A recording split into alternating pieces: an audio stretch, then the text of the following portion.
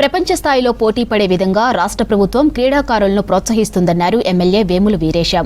నల్గొండ జిల్లా నకిరేకల్ పట్టణానికి చేరుకున్న టార్చ్ ర్యాలీకి స్వాగతం పలికారు ఎమ్మెల్యే. మెయిన్ సెంటర్ వరకు ర్యాలీలో పాల్గొన్నారు వేముల వీరేశం. గ్రామస్థాయి క్రీడాకారుల్లో ఉన్న నైపుణ్యాన్ని వెలికితీసేందుకు సీఎం రేవంత్ ఈ పోటీలు నిర్వహిస్తున్నారని తెలిపారు ఎమ్మెల్యే వేముల. క్రీడా యూనివర్సిటీ స్థాపించి క్రీడాకారుల నైపుణ్యాన్ని ప్రోత్సహించేలా ప్రభుత్వం పనిచేస్తుందన్నారు వేముల వీరేశం. గ్రామ స్థాయి నుంచి క్రీడా నైపుణ్యం ఉన్న క్రీడాకారుల్ని వెలికితీసి ప్రపంచంతో పోటీపడేటువంటి పద్ధతుల్లో తెలంగాణ క్రీడాకారుల్ని తీర్చిదిద్దాలనేటువంటి సంకల్పంతో ఇవాళ ఈ రాష్ట్ర ప్రభుత్వం ముఖ్యమంత్రి గారు ముందుకు పోతాం.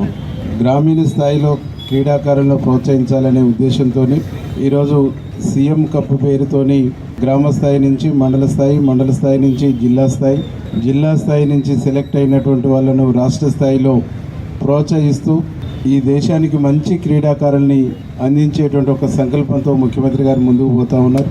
అందుకోసమే క్రీడా యూనివర్సిటీని కూడా తెలంగాణలో స్థాపించడం, అన్ని రకాలుగా క్రీడాకారులను ప్రోత్సహించేటువంటి ఒక దూరదృష్టితో ముఖ్యమంత్రి గారు ముందుకు పోతా ఉన్నారు.